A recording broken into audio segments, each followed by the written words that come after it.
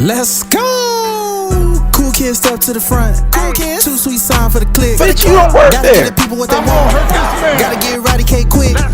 Yeah, I'm up next on the Prince. Where I'm They ain't from, been the same we cut ever the heads since. off a snake. Living pretty You're gonna well be on the single for the challenge. rest of your I ain't life. giving no chance like this.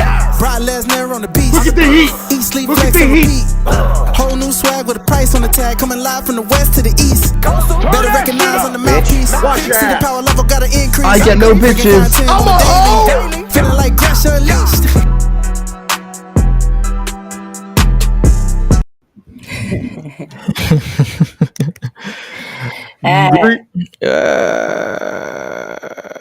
What a day, what a day, what a day, what a day, what a week, what a week, what a week, what a week, Yes. what a week, what a week, what a weekend we are about to get into. But first, I guess I gotta be proper and official. Greetings and salutations, ladies and gentlemen, boys and girls, non-binary pals, and everybody in between. Welcome back to the GRESH Unleashed podcast. As always, I am your voice that does the most. Gresh, joined as always, is the Queen of Rebels herself, Suela the Bandit. What's going on with Hey, y'all. Another day, another dollar. you? Hey, how's it going? Yeah.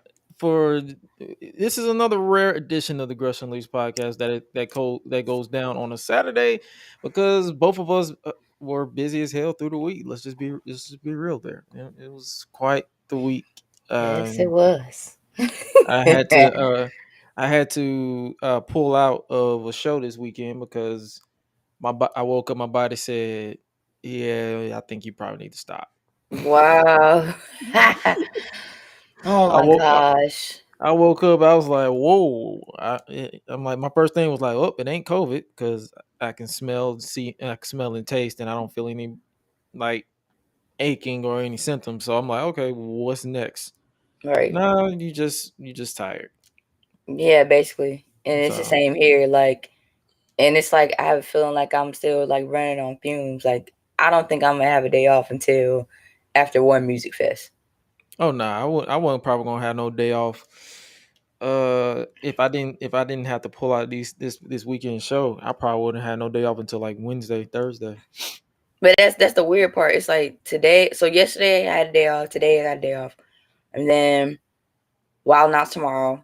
And then Monday all the way through next Sunday, booked for other gigs. So I ain't gonna have no day off. Like it's ridiculous right now. And so crazy thing, I want to say, was it Wednesday? I think Wednesday and Thursday. Yeah, Wednesday and Thursday had to do Elton John. But the crazy part about it is while Elton John was performing at Mercedes-Benz Stadium on Thursday night. So he performing, then you have Disney on Ice happening right across the street, like at State Farm Arena, the same day. So you got all this traffic and all these cars. It was so chaotic. I was like, oh God, like, man, we ain't gonna never, like, some of us ain't never gonna get to where we got to go. Like, oh my goodness, like. But the good thing about it was I became a pusher, like, for the remainder of the night. So I had a pretty pushing pills. Man, get out. You a pusher P now. That's what I was thinking. I was like, oh yeah, that's what we doing. I was like, You pushing pills now. I was like, oh my gosh, y'all are silly. I'm like, that's cool with me. Like, I don't mind doing that because who knows? You might have to stay, you might get cut early. I got lucky, I got cut early. So I was like, oh, I can go home, I can try to go to sleep. And then even then, I still didn't get no sleep because I was watching the wrestling footage. Like, as soon as I got home, like, took a shower, I did everything I had to do, and all of a sudden, end up, like, going right on my phone, like, watching all the wrestling footage I could watch. I was like, man, I ain't gonna never go to bed. Speaking of, before we get into today's show, not many housekeeping notes for the Gresh Unleashed podcast. Patreon content still coming. I'm still working on that. Like I said, we both literally been working to the point where we haven't had time to link up as far as recording that, but we will get to it. As far as reddit.com/r/Gresh is still a thing. If you guys want to post anything, be involved in future videos, join the official Gresh subreddit because, like I said, I am back doing Reddit reaction videos on the Gresh YouTube channel. If you guys want to be a part of that and post interesting, funny wrestling content or stuff you would like me to see and just react to, and you could be on the channel. Join my official subreddit at r/Gresh. And speaking of everything that is going on today, because we want to get you guys. Even though we was busy, we still kept up to speed with everything in the wrestling world, because Roman Reigns versus Logan Paul has been officially confirmed for WWE Crown Jewel in November for the Undisputed Universal Heavyweight Championship. We'll talk about that, as well as Solo Sikoa.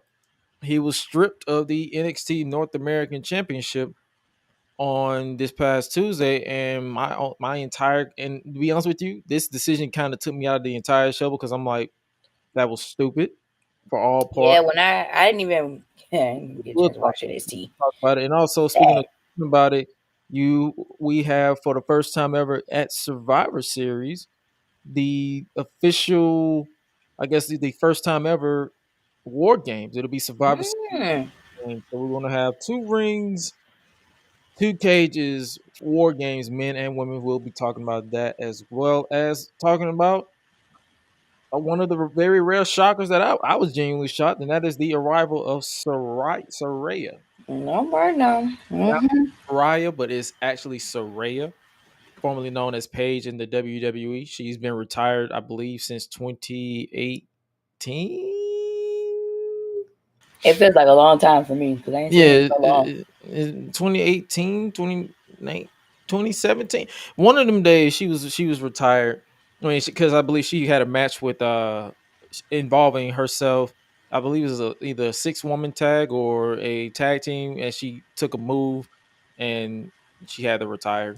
And I'm Mm. guessing, and her contract was, I guess her contract with WWE did not uh lapse over, or they parted ways basically earlier this year. So Saraya made her AEW debut during I guess you could say it was a solid episode of Dynamite, even though it was, everything felt like a big fight feel. And speaking of Dynamite as well, we're going to continue with that, talking about 2 new world champions being crowned at Grand Slam in Chris Jericho, the new Ring of Mm-hmm. Honor World Heavyweight Champion, and John Moxley, the new AEW, the now 3-time AEW World Champion. We do not count the interim title, because if we counted the interim title, it would have been 4 times, but 3-time official AEW World Champion in John Moxley. We'll talk about that and so much more. But yo, you said you did not catch Raw at all, or Smack, or NXT, or Dynamite, because you were busy. Dynamite, I'll take it back. Caught up with Dynamite 2 days. I ain't gonna lie to you. I caught a little bit of Raw before I fell asleep. So Oh dang! there's that. I watched. It's the other one you sent me. God, was 3 at the table, something like that on Peacock. I didn't get around to watching I that didn't too. even get a chance to really like watch it like that, because I was like, which episode does he want me to watch? It was I'm like it was all the over one. the place. It was the one where it was LeBron Breaker and Rick Steiner and Scott Steiner. Okay, I'm gonna have to find that, because I was like, like, it was I just just see something the. that it was just something like, hey, if you watch it, we'll talk about it. If you don't watch it, I mean, it's not a big deal.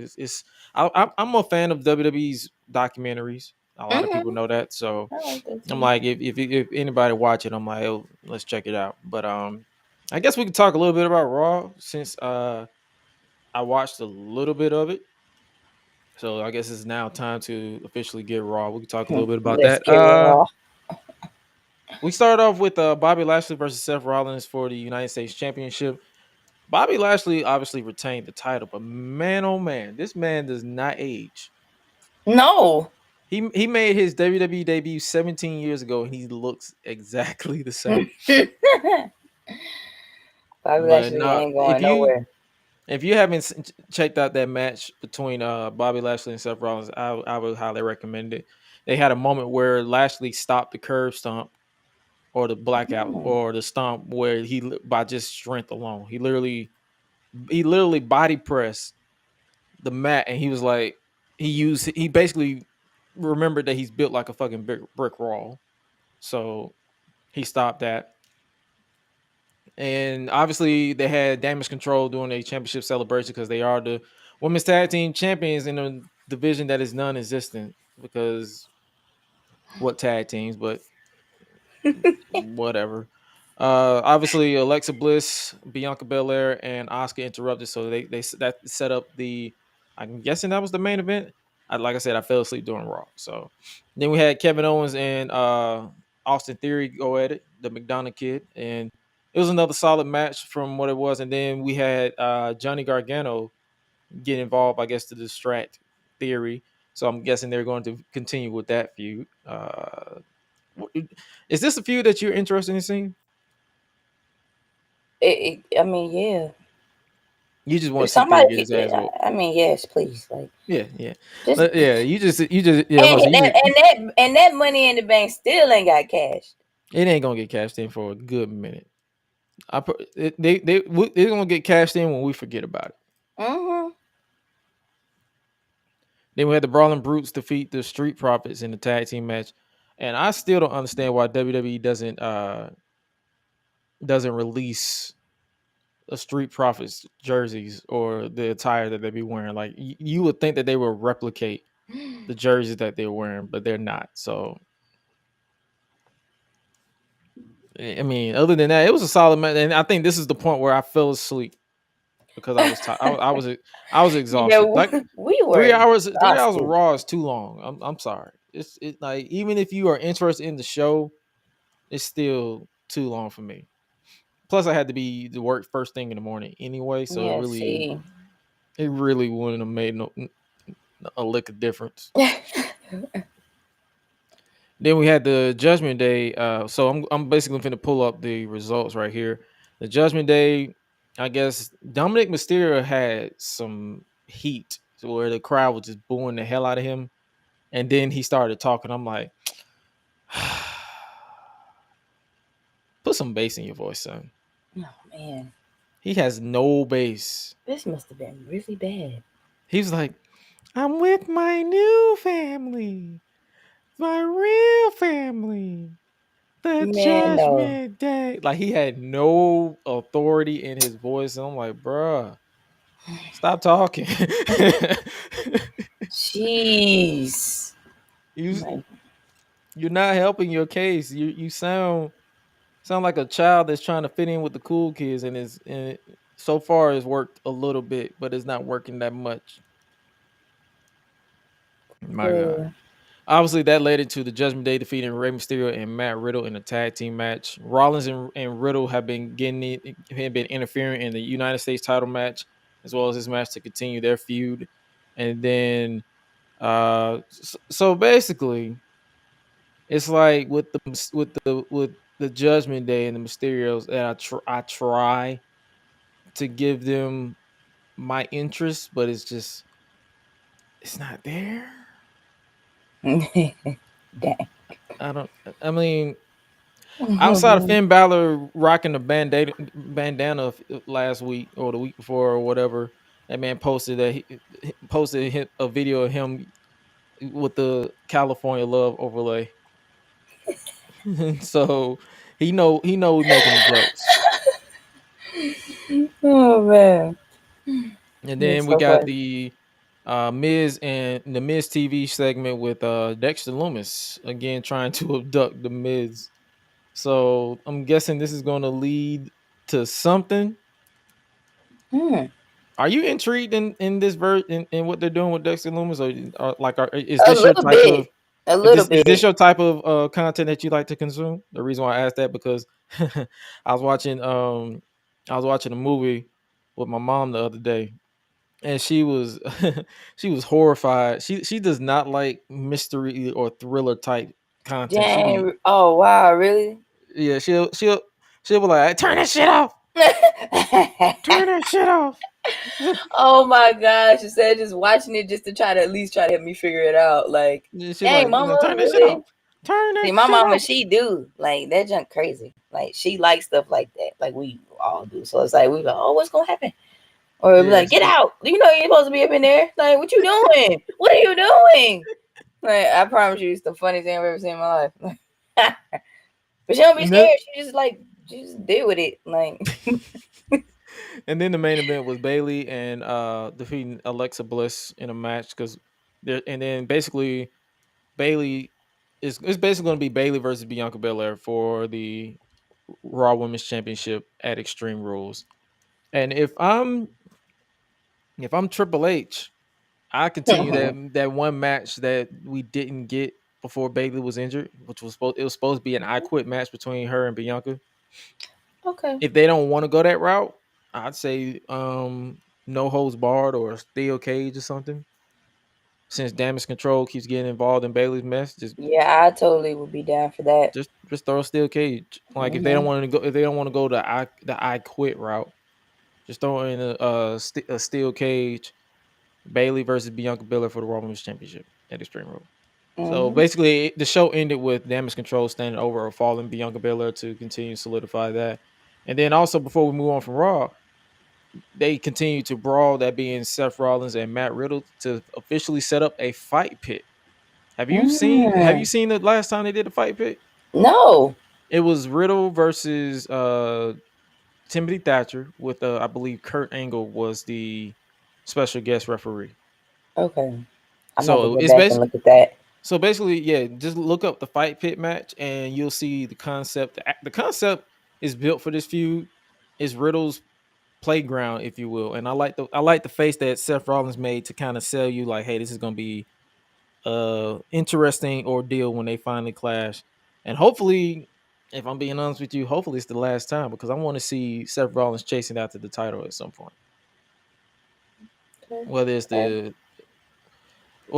that or I'm gonna need Triple H to come on TV and say, Roman, either show up on Raw. I'm just ready for them to split the titles again because there's so many people who just feels like they're just floating around without a purpose, and just put a second and just put the WWE title back on Raw. Oh man, so they just floating around. They just float around at this point. Just put the WWE title back on Raw and call it a day. If I'm being honest with you. Man, It has been a lot of pressure. I will say that it's a lot to carry. So I will say that I can agree on that. To be undisputed, it's like it's a lot of weight. It's not even just that. It's either book them on the show, I agree. just if you want to keep Roman the same way he is now, just keep the Universal title on him and just have the WWE title for Raw so they can just do whatever. Because it's like you're obviously either dragging Seth Rollins versus Roman for some reason, because the rematch is supposed to happen. He's the only one that technically beat Roman, so it's like they're not trying to find a way to give him the title shot. So it's like, and then you got Bobby Lashley, who's also a viable contender, but he's the United States champion. So it's like, yo, either take the title off Roman, as far as the WWE title, split the titles again, or book him more. And speaking of booking decisions, we're going to talk about NXT. This probably be the only thing I'm going to talk about during the show because even though it was a solid show, I really didn't care for it all that much because of this decision right here. And that is Solo Sikoa, 1 week after winning the NXT North American Championship, was stripped of the title by Shawn Michaels. And I'm going to be honest with you. Soon as I saw that, I said, so we went through all that. We had Carmelo Hayes attack Wesley last week on NXT. Carmelo Hayes and Trick Williams. And then we had, because it was a pairing vote. So basically it's supposed to be Wesley versus Carmelo Hayes for the North American Championship. Solo Sikoa then came out and I'm like, oh, so he's in this match. All right. Okay, cool. The bell rung. Great match. I praised certain spots. And then we got the outcome of Solo Sikoa winning the NXT North American Championship. The entire bloodline, minus the honorary Uso Sami Zayn, was NXT. It had gold. Fast forward a week to now NXT because they dropped the 2.0. And Sean said, yeah, it wasn't sanctioned. Wow. So now I have and it left me with the question. I said, so what if Madcap Moss actually won the title on SmackDown? Like all that, you waited a whole week. You sacrificed Carmelo Hayes' momentum because let's be real, this man was on the road. And I had people say, "Oh, Carmelo Hayes is getting called up soon," and if you want to look, if they was going to have him have the North American title defended in a ladder match at Halloween Havoc, they could either A, have Carmelo Hayes still be champion and lose the title there to where he doesn't get pinned and kill his momentum, or Mm. just have a Joker type deal and have Solo Sikoa make a debut, a response, or show up and say, "I'm in this match," and have either both of them lose because he cost Carmelo Hayes the title or something. But or you could have just had Carmelo Hayes come up to SmackDown and say, "I want my title back," and prolong this and make it longer than a week. But nope, they said, "Okay, we're just gonna say it wasn't sanctioned. We're gonna strip him of the title after we kill Carmelo Hayes's momentum, and now Carmelo Hayes is in the match again anyway Mhm. for the title." So it's like, well, that was my entire question. It took me out of the entire show. I was like, so what was the point? Like what we doing? Like, uh, uh, and What, speaking of what we doing? Carmelo Hayes possibly getting called up, it better not be Solo. That's all I'm saying. Because Trick Williams is too hilarious to, and this duo between the two fits so well to the point where I do not want to see either one of them split up. Not yet. Like at some point, I'm pretty sure it's going to happen. Because let's be real, no tag team in WWE ever lasts the test of time if you're not the Usos. Hmm. So, and then, and then as the show went on, because you know that whole 923 thing where people assume that Bray Wyatt is returning soon. I put out a Oh, tweet. I I said, didn't hear about this.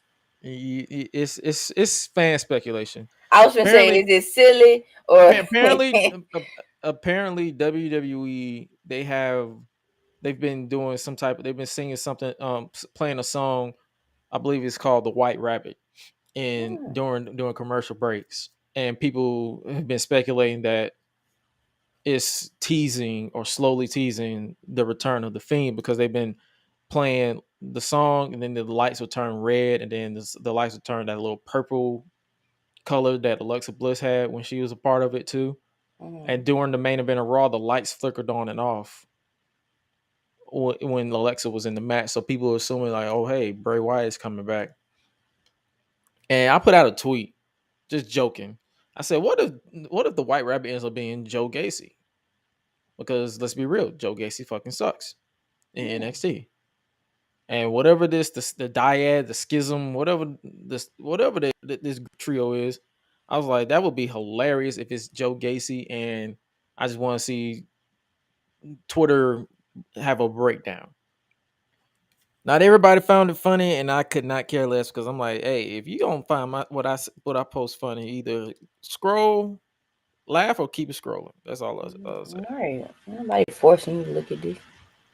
Outside of that, you didn't really miss anything on NXT. I mean, obviously, we had the return of Dragunov, Ilya Dragunov. He was injured, so I'm guessing Hmm. they're teasing that match. And if you remember him versus Gunther, you already know that's gonna be a Yeah. when him and Breaker face off. That's gonna be a hell of a match. Or they can make it. Mm-hmm. They can go the triple threat route and go with because I believe JD McDonough, Tay Rockhead defeated Tyler Bate to win the NXT. I mean, to become the number one contender during the show. And that was NXT. Like I said, it was outside of that. I mean, if people missed it, they didn't really miss much. But it was another. It was solid for what I watched. And speaking of solid news, let's talk a little bit about this news: the return of NXT. Well, not NXT. The debut of War Games at Survivor Series. The Triple H. Because everybody know War Games was a thing because of WCW NWA at the time. So long history. You've seen Blood and Guts, their AEW's version of War Games. You've seen Lethal Lockdown, which was TNA's version of War Games, even though it was one ring. So WWE announced on September 19, 2022, for those who've been hiding under a rock, That Survivor Series will feature both men's and women's War Game matches. The premium live event branded WWE Survivor Series War Games will take place on Saturday, November 26th from TD Garden in Boston, Massachusetts. The news was first reported by David Shoemaker of The Ringer. This marks the first time in history that War Games matches will take place on a WWE main branded event. They said WWE branded event in the release. I don't know why, because we're acknowledging NXT is a part of WWE. But the men and women's Survivor Series War Game matches will feature teams of WWE superstars stepping inside a massive steel cage surrounding two rings. The match begins with one member for each team facing off before additional competitors are added every few minutes thereafter. Once all superstars have entered War Games, a victory can be attained via pinfall or submission. Now, I am happy for this taking place, it being Survivor Series War Games, is because we don't have to deal with the dreaded brand supremacy. Your thoughts on this, since you're saying a lot? No, because especially like when you mentioned like the two rings thing. You've never seen a War Games match? I don't think so. And if I have, I probably don't even remember. So yeah, they had a War Games last year where it was NXT versus NXT 2.0. Yeah, that's right. Oh yeah, yes. See, that's what I'm saying. I probably don't remember. Yeah, I probably did watch it, but I don't remember. Yeah, I actually kind of still like the idea though. Like I hope the game is good. That's all I got to say. It's not a game; it's a match. Okay. See, I told you I'm exhausted. I'm exhausted. If it's War Games, like if it's like 5 versus 5, you know the bloodline is gonna be in that at some point. Oh yeah, it's gonna be the bloodline. That's a fact. For the men, it's probably gonna be the bloodline versus. I wouldn't mind seeing the bloodline versus Imperium. Mm-hmm. That's cool. Or the bloodline versus the Brawling Brutes, and maybe 2 other people. Well, that's if they include Roman. If they don't include Roman, which I'm pretty sure they won't, because that'd be predictable. They're not pinning Roman. No, of course not. If they do have the bloodline, it could be 4v4. It could be Sammy and the Usos and Solo versus, say, the Brawling Brutes, Sheamus, Butch, and Rich Holland. And I'm guessing the 4th man, it could be somebody returning or somebody that the bloodline. It could be Kevin Owens. Shit, fuck it. Kevin Owens, put Kevin Owens in it. Him and Sammy got history, so there's that. That's cool. As far as the women, I expect Damage Control, Bailey, Dakota Kai, and Io Sky, and probably just to throw a name out there, just to say fuck it. Sonya Deville, if they want to do 4. And then I'm guessing on the face side, it could be Bianca, Asuka, Alexa Bliss, and I'm guessing you can, if they want. It's kind of tricky on that 4th person if that's the teams. I'm guessing you can say who has history with Bailey. I don't want it to be Sasha though. No, that's what I'm saying. Like it's not those. I can't even. That's terrible. Charlotte? Yeah. I mean, yes. Yeah, Charlotte? Yeah, it could be. I don't know. It's kind of hard because you don't know who they're pushing and who's in a feud. So it's hard to book it. But if knowing Triple H, from what I'm gonna try my best to put some trust in this man, because I have a bad history with. Yeah. And speaking of, and then before we move on to any AEW stuff, what's your thoughts on Roman Reigns versus Logan Paul at Crown Jewel? I don't even talk about this. Yes, you do. No, I don't. Yes, you do. Because he just disrespectful. I don't even want to talk about him. Of course you are a fangirl. Come on now. He's just rude. No, for real though. Like when I saw even when I saw Friday Night SmackDown that day before the actual press conference. So the press conference happened in Vegas. So it's like, okay, like, yeah, you decided to talk about him when he leaves your podcast. Come on, dude. Like, how you gonna do give respect? Then you gonna go right back and retract it and then be disrespectful. Like, you not really. And then so, yeah, like I can go against him. Yeah, why not? Like, I'll fight Roman Reigns. Oh, all right. Then you gonna be like, I apologize for my outburst come November 5th. So, like, when I saw that, I was like, okay, I already know what time it is. I know I know what you're trying to do. And then when they had the press conference, he just kept talking. I had a feeling. I said, okay, Roman's gonna do something. Roman's gonna either punch him, shove him. It's something, because right now Roman looks a little upset, and facial expressions don't lie. So I'm just like, okay, he just trying to get inside your head, man. Like, come on now. How many times you been through this? Like, you done been through this way more than Logan Paul. Like, come on. Like, don't let him do you like that. Don't let him try to punk you out or psych you out, or you don't do it. But I knew it was gonna be something serious, especially like when I saw that push.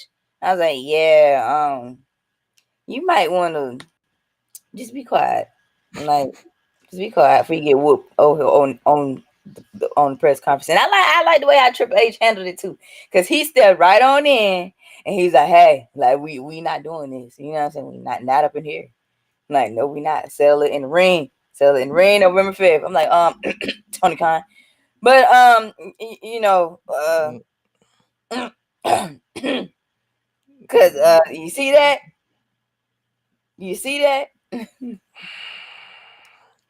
I'm just saying, you might want to take notes.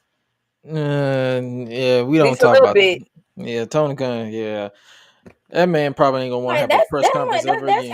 I'm like, that's how you supposed to handle a press conference, though. I'm pretty sure Tony Khan don't want to have a press conference ever again. Especially, I hope not. I hope it'd be a lesson, because that people still talk about that shit now. Tony Khan and that CM Punk in that press conference, because apparently CM Punk's supposed to be reportedly like working on a buyout, because I'm guessing that's the last time we'll ever see CM Punk in AEW.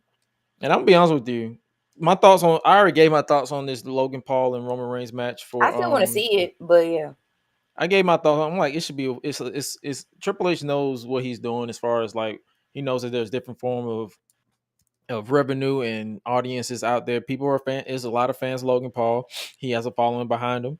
I personally don't go out of my way to watch his content. I don't go out of my way to watch anybody's content. If it's like, I barely watch my own content. The only time I watch it is if I have to edit it for TikTok or something. But other than that, I put content out and I keep it pushing, because that's just how I roll. But Triple H is a smart man. He knows that, hey, Logan Paul has a following behind him. He's going to be bring eyes on it. So people who are losing their minds over a one-off match, because let's be real, this is literally what it is. It's a one-off match, Saudi Arabia. I'm pretty sure it's going to get a lot of people talking about it. It's already been talked about by a lot of people. So it's like, dog, don't lose your mind over it. That's why I tell people. That's what I'm telling the people who are like losing their mind. Like, hey, is Logan, like, oh, you're gonna really try to make me believe Logan Paul? No, bro. It's just a match. I ain't gonna make you believe it. I'm just gonna watch it. It's just a match. It's just a match for me. Like, I'm not finna. That's like me, like, bro. Unless it's a situation where it's Goldberg defeating the Fiend, then I'm not finna lose my mind over it. I already know Roman is protected. I already know Logan Paul ain't finna win no Undisputed Universal Championship, because let's be real, his schedule, it won't permit it. That dude already does a million things. Mm-hmm. So him winning the Universal title is probably not in the cards. But I think he said something about his brother is supposed to fight too, like against Silva a week before that. So I'm like, oh, okay. All right. I ain't buying that shit. I'm not gonna trip about it, but okay. I'm gonna watch it for fun, but I ain't tripping about it. But bottom line is, we both interested in seeing what they're gonna do with Logan Paul and Roman Reigns. But that's November 5th, and we got War Games before that. So, hey, November and October is pretty much covered when it comes to WWE in my book. But back to that CM Punk and him possibly leaving. In your opinion, would you consider that this the most disappointing comeback you've ever seen in any sport? Yeah. So I'm like, Thoughts? did you just come back? Like elaborate a little bit. Like give your Like, like what from your perspective. What do you feel like this entire return has accommodated to? Because if I look at it, if you take away the two title reigns where he was both injured in both of them, so he really didn't have you he had didn't really just get a chance to just do. I mean, yeah you got a chance to do stuff, but not as I want to say not as much as maybe he would want to do. I think so. It's like, man, like you come back, you get injured, then you get injured twice. Like it's a lot. Like it's just like like I'm not what do we finna get on do? here. I'm not gonna get on here and say, "Hey, this was like the most disappointing return ever." Because let's be real, he gave us a I was disappointed a little bit, but not like way over the top. yeah You did me get something. You did give me something to see. So it's like I'm not gonna yeah say that, but it's just like what his feud with MJF. I give it to him. That was one of hmm the most compelling feuds. The promos between the two, I appreciate it for what they were. hmm Him and Eddie Kingston at one point hmm they had a match that was a banger on pay per view, and then I believe him and he put he I wouldn't s- I wouldn't say it's like it's a few things that I wish he would have feuded with. Like I wish he would have it would have been him and Claudio, him and Chris Jericho again at one point, him and MJF doing the final match to put MJF over as the world champion, or put him and hell, I wouldn't mind him and Keith Lee at some point. Him and Swerve, like matches I haven't seen, or if they exist, I haven't gone out my way to watch. It would have been so many people I wouldn't mind him work with, but what can you really do? It's like he had his blow up. I'm not losing my mind over it, but he had his blow up, and that's all I can think about it. yeah. But yeah, If he happened to possibly get another feud that like it's unexpected, like I'd be like, whoa, like I didn't expect that. Then I wouldn't that's mind if he's like watching. That's if he still like be there. yeah, that's if he goes back because hey man, that's reportedly. If it is, I honestly I would look at it like this. He don't if that is how if the last image of CM Punk in AEW is that press conference, that is one way to go out. And Mm-hmm. I ain't talking about with a bang. That's another bridge burnt in my book. Mm-hmm. Because it's like, bro, Yeah. and and and I can't come on here and be like I turned on CM Punk or whatever, because let's be real. I'm gonna keep it a buck with you. CM Punk got me back into wrestling in 2011 because it was at that point where I was literally about to check out, because around 2011 was when TNA was on the decline because Hogan and Bischoff were still there, Mm. and around the time it's like the whole thing with Jeff Hardy and Sting and Victory Road, like a lot of that stuff happened back to back, and then it was like 2011, I believe, like we had the R-Truth heel turn, but then nothing happened after that with him in the main event scene. So it was a Mm-hmm. lot going Going on on. to the point where I was just like, okay, maybe it's enough. And then obviously the pipe bomb happened, and then the summer of Punk was botched by WWE, but it still happened. So we had 3 summers of Punk. That was the first one in Ring of Honor, this one in WWE, and then this one was the most disappointing summer of Punk because soon as the summer of Punk started, he got injured off of a dive to the audience. So you broke your foot there, and then you came back, got squashed, and then you beat Moxley at All Out. Then you had your bitch fest at the media scrum. Yeah. And all I'm saying, and after all that drama, all I was saying is, damn, maybe they shouldn't have taken the title off Hangman. Because all this started when CM Punk beat Hangman at Double or Nothing. Man, that's But crazy how like you can't go against it, because when you do look back on it and you see it all over, you're like, dang, like this is actually true. Like, yeah, you can't even take it back. It's not like it ain't there. The proof is right there. So like if you watch the show, man, like, I'm oh not my god, delusional. I'm literally bringing up stuff that we've seen on in front of our very eyes. Like it's I like, can't say you can't dang, say like, nothing was altered or documented. It was literally right there. My eyes work. Like, my goodness. and Man. speaking and to continue on with AEW, we're gonna talk a little bit about Dynamite Grand Slam, AEW Dynamite Grand Slam, live in Queens at Arthur Ashe Stadium. Their return to Arthur Ashe 1 year to the date, where we had that incredible match last year between Kenny Omega and Bryan Danielson. This year we kicked off with the Ring of Honor World Championship on the line, Claudio Castagnoli versus the Wizard Chris Jericho. And I'm not gonna lie to you, this was a good match. I give them that. This was a good match. But man, y'all gotta chill with this Judas sing along, man. Cause the more I hear Judas, the more I'm like, this shit is cringe. I despise Judas with a passion because it's so stupid. It's just so stupid. But this match right here proved two things. Tony Khan don't know what the fuck he doing with Ring of Honor, and what the fuck is going on with Ring of Honor. Because Oh man. And the reason why I say that, because obviously for those of you who don't know, Chris Jericho defeated Claudio Castagnoli to become the Ring of Honor World Champion, making him officially an 8-time world champion across multiple brands. I believe he's the first person to hold the title in WCW, even though it was in WWE, but they had bought WCW at that point. He was the WCW World Champion, the WWE World Champion, the first ever undisputed world champion in history, at mind you.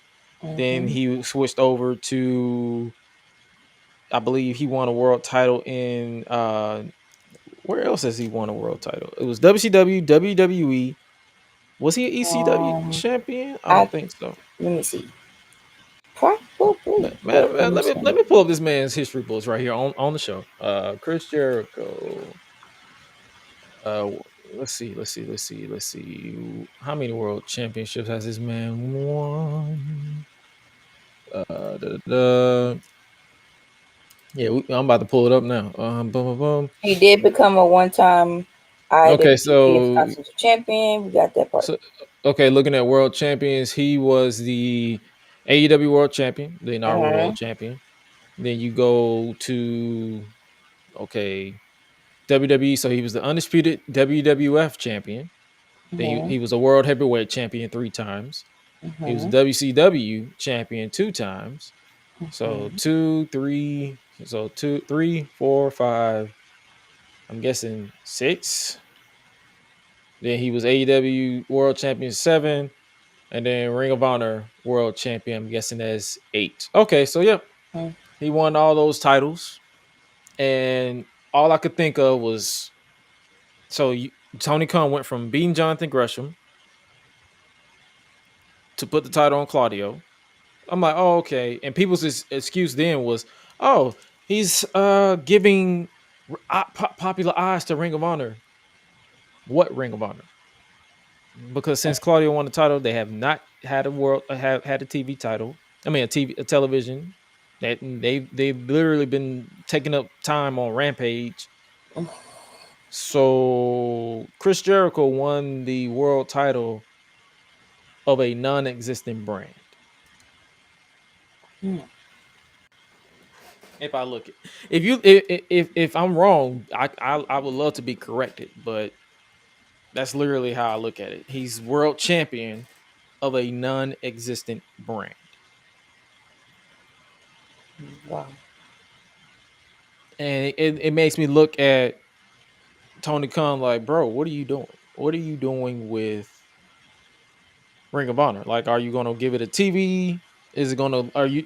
Are you trying to?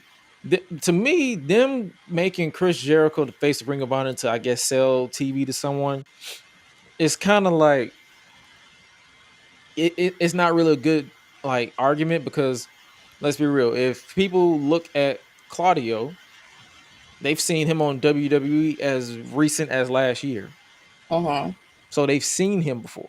They've seen him. They've seen his face. So using that excuse like, "Oh, Chris Jericho is more recognizable to sell to networks," no, no. I mean, it is, but you can't really. That's not your. That excuse is going to die down eventually.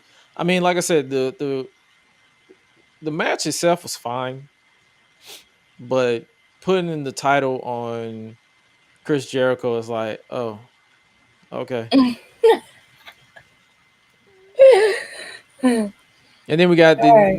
next up we got the World Tag Team Championship match between Swerve and Our Glory with Fabulous. Fabulous walked them to the ring. Yeah, I had the same look when I saw. I was like, Fabulous. I'm like, huh? What? But and they faced the Acclaim, Max Caster, Anthony Bowens, and Daddy Ass Billy Gunn. And this was another great match. It wasn't as good as their pay-per-view match simply because of the outside interference at the end, which kind of rubbed me a little bit the wrong way, but see, my thing is, and it's going to get have a little opinion about Tony Khan's booking in just a little bit, but we have new AEW World Tag Team Champions in the Acclaimed. They are your new AEW World Tag Team Champions. What are your thoughts on this decision? I mean, Like I don't. from a whole entire from an entire presentation I point don't of view. hate Like, it for real. I okay, don't hate it. okay, I don't hate it, especially like they promos have been great. Like, and then it's like they funny too. So it's like I don't knock it at all. Would I love to see them like try to maintain it? Of course I would. all right, Like I want to see how long they last with the championship belts. But other than that, like yeah, I don't mind it. At least again, let me see somebody new for a change, like with the bill giving somebody else a chance and things of that nature. So that's kind of cool. So I want to see like how long, they can go with it. And then keep it interesting. and whoever their next challenger would be, like, let's say like they end up, having a feud between that particular tag team, then, let them go at it. Like I'm all for it. Okay. So obviously they're setting up more than likely Swerve to officially go full heel because when Swerve and Keith Lee came out, I bust out laughing because Swerve came out. They were booing him, but dancing to his theme song at the same time. I'm like, y'all booing me, but listening to my My music. song? Okay. Make it make sense, but okay. But it was a moment during the match where the crowd kind of got taken out of it for a brief second because I believe Max Caster went for an elbow drop, but I think he slipped, and the crowd was like, "Oh," 'cause they didn't know how to react to it. But obviously, they picked it back up towards the end, and we have new tag team champions. Then we had an interview segment between where Tony Schiavone was interviewing Willa Yuta, and MJF interrupted them. And this is the kind of situation where I'd be like, "Ew, Willer didn't stand a chance against MJF because the dude, this dude was literally telling people that these people here will drink my spit, and they cheered about it. Yeah, I So, heard that too. And I was like, hold on. and then they cut to the crowd where somebody was cheering. Like, I'm like, bro, what is wrong with you? The fuck is wrong with you, dog? I And was I'm like, like, wait oh, a I'm gonna drink minute. my spit. What? What you say, motherfucker? What Exactly. you say? I ain't drinking nobody's spit. Kiss my ass. Insane. I said, wait a minute, hold on. Like, where we get this from? But I like, but he said He some bars. he He did. said some bars where I'm like, ooh, you are indeed an asshole. But I appreciate it. I respect it. I respect it. I respect you, asshole. I respect you.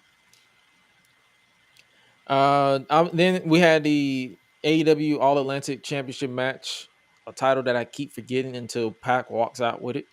But Pac retained the AEW Championship, and this is where I was getting to the point where I was getting kind of frustrated because the first match had a low blow, then the Juice Effect. The second match had outside interference with Billy Gunn, attacking Swerve, and this match had Pac pop Orange Cassidy with a ring bell hammer, which the ref quote unquote didn't see because apparently these refs are blind as hell for no reason. And Pac pinned Orange Cassidy for the win. And my beef is, why is Tony Khan so scared for people to lose clean? I'm pretty sure people can afford. It's professional wrestling. You can't protect everybody. Right. Before someone starts looking good. So before someone starts looking goofy, and in this case, it's the refs. You protect everybody. The referees are looking stupid. They're looking goofy. They're looking blind as hell. Like, bro, you don't see it. And then sometimes they go out of their way to not see it. Like, bro, you can at least be more smooth than that. But it is what it is. And then we had the AEW Interim Women's World Championship match. Tony Storm defending against Serena Deeb, Athena, and Dr. Britt Baker, DMD. I, for some reason, thought Jamie Hayter was in this match. But then I remembered that the last Fatal 4 was literally 3-4 weeks ago at the pay-per-view. So I kind of got it with pretty much the same people. The only two different people was Serena Deeb and Athena, whereas the last one was Jamie Hayter and Hikaru Shida. It was the same. Did you catch this match? I caught a little bit of it, and then all of a sudden I saw Saraya's debut. Saraya made her debut. Saraya, yeah. I'm gonna be honest with you. I kind of blacked out a little bit on this match, just a little bit, because I think before I give my reason why. Shout out Athena. She stayed cold in that ring. And shout out Serena Deeb for being the I guess you could say the foundation of this match, going as smoothly as possible. But other than that, it was it was a solid match for what it was. But obviously it came where Storm cradled Baker and picked up the win. I'm guessing at some point Britt Baker broke her nose again because she was bleeding. That woman loved bleeding. Yeah, like I've noticed that too. I was like, "What's up?" And then obviously after the match, Tony Khan doesn't want the champion or the interim champion to look strong for long because Britt Baker attacked her after the match, and I'm like, of course it was. I saw a debate on Twitter. I believe it was yesterday or the day before, where someone did a review because they was actually at the show, and they was like, during this match, they went on a food break, like they didn't even watch the match, and people started calling them out because this be the same people who be always complaining and bitching about Tony Khan booking the women's division, and yet when they have a match, you walk out during said match. Kind of look hypocritical if you ask me. But this match was kind of proof of my annoyance with the booking of the women's division, because they don't give the women enough for the viewer to get invested in. That's very true. I am not invested in anything that these women are doing. I mean, I'm interested in a little bit on the Britt Baker and the Jamie Hayter split, even though they're, in my opinion, they're dragging it because they've been partners for practically 2 years now. So it's like at some point, these long-term bookings, you're going to have to just just go ahead and pull the trigger on it. Stop dragging it out, because at some point I'm just going to check out mentally. Because I'm like, okay, finally. It's instead of me like, oh snap, that happened, and then it'll be like, oh, that finally happened. Like remember, it's like a different reaction. Like when you get people interested versus you just looking at another match that feels like another rerun. Right. And this match felt like a rerun to me when I looked at it. But hey, man, if you're the people who continue to complain about the booking of the women's division and you walk out during said matches, you're part of the problem. Mm-hmm. You're not watching it, so why would they care? But at the same time, because I understand, it's like part of me understands Tony Khan's philosophy. If no one's watching your matches, why would I waste my time booking the match? But then on the same time, but here's a counter argument. If you book the match, or if you book the competitors like they actually feel important, possibly people will watch it more. Hmm? Ever thought about that? Ever thought about that, Tony Montana? Say hello to my little friend. You ever thought about that, Tony? Because I swear that man does more coke than anything. But after the match, Jamie Hayter sprinted to the ring, and I'm guessing they basically, like I said, they dragged on the eventual turn, so there's still a thing. And then random music played, and then we had the grand debut of Saraya, formerly known as Paige in the WWE. Now I looked at I looked up like her, because when I first saw it, I was like, is she cleared to compete? Mm-hmm. That was my first thought. That was my first and only question. Was it a good moment? Sure. I was like, it was great, but you good?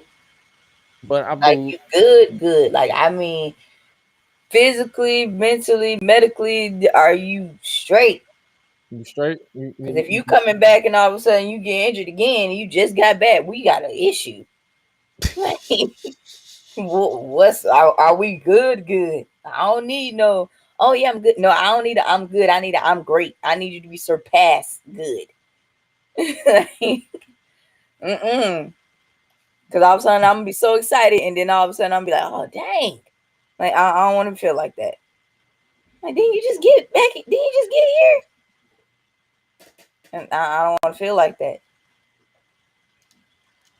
But I'm hoping they do something. they said because for those who are in the know, because I try to make sure that reports are accurate, but apparently it suggests that she has not been medically cleared to compete. I know this is a name that doesn't really get talked about on this show a lot, but Dave Meltzer, because I guess he has a radio show as well. He noted that while Saraya has not been cleared, she is hopeful that she will be and will be allowed to compete after an in-ring absence of almost 5 years.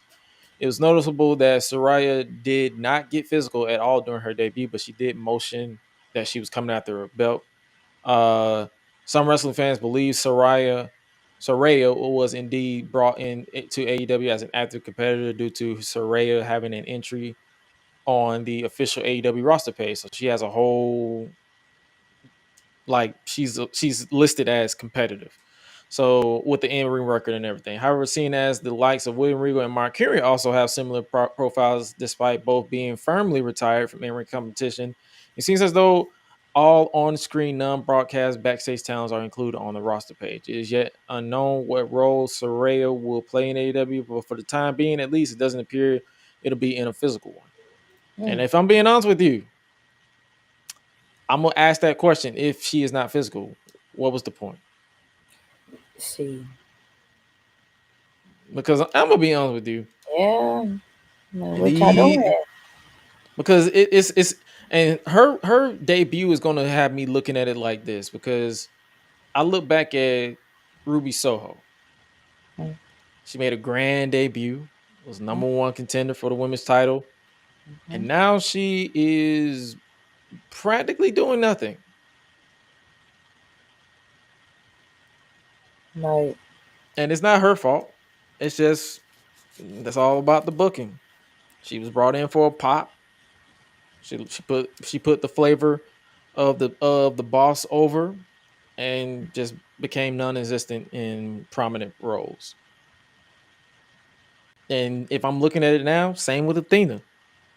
She made a big grand debut during a pay-per-view, and now it's like she just feels like another body on the show. Uh-huh.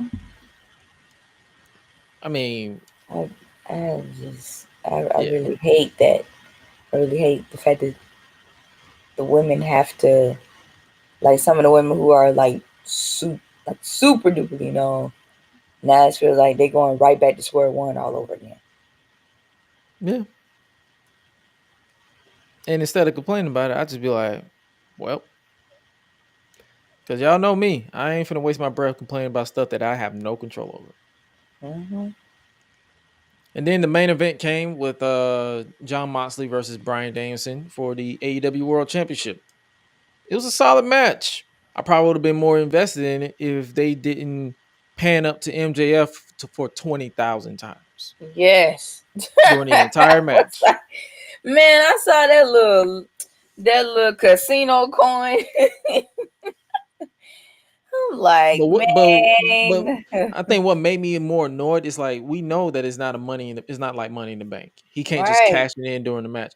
So what was the point of you Just holding up a little reminding me? coin. What you doing? No, what's the point of you reminding me? I'm not talking about MJF from a character wise. I'm talking about from booking wise. What was the point of you taking me out of this match repeatedly to remind me that MJF is next in line for whoever wins? Okay, you I you get you, it. you I told know me that. you can tell me that for 5 minutes for the first 5 minutes of the match, but don't tell me every chance you got during the match and then expecting me to care about the match. Right. It was a fun match for what it was. We saw Mox hit the stump. Shout out to Seth Rollins and the Shield forever. And then the ending came where I believe. Oh, so he choked Bryan out in the middle of the ring. So he didn't tap out. He passed out. And John Moxley is the AEW World Heavyweight Champion. You said first 3 times. They He put it right on there too. First 3 times. Let me clarify. technically he is the Yeah, first he is. 3-time AEW World Heavyweight Champion. So Mm-hmm. what are your thoughts on them putting the title back on Moxley as opposed to just taking a chance and seeing how I ain't gonna uh lie. I did wanted Danielson to get it, but then it's like it's still okay. Like either way for me, it's still all right. I am ready to see what's going on with MJF. So I'm just like, okay, like I mean, I'm still okay. I'm okay with it. on one hand, I'm pretty sure they're going to probably have Mox hold it for a minute, and then when they finally put the title on MJF, they can make this big old deal. But it's like I don't know why, but to me, it's coming off as Moxley is Tony Khan's backup Mm, because when CM Punk went down with the first injury, his backup was John Moxley as interim champion. CM Punk had his whole fiasco with the medium scrum and the fight with the elite backstage. Here is John Moxley as Tony Khan's backup yet again. mm. And Moxley basically bypassed his entire vacation that he was supposed to have for this.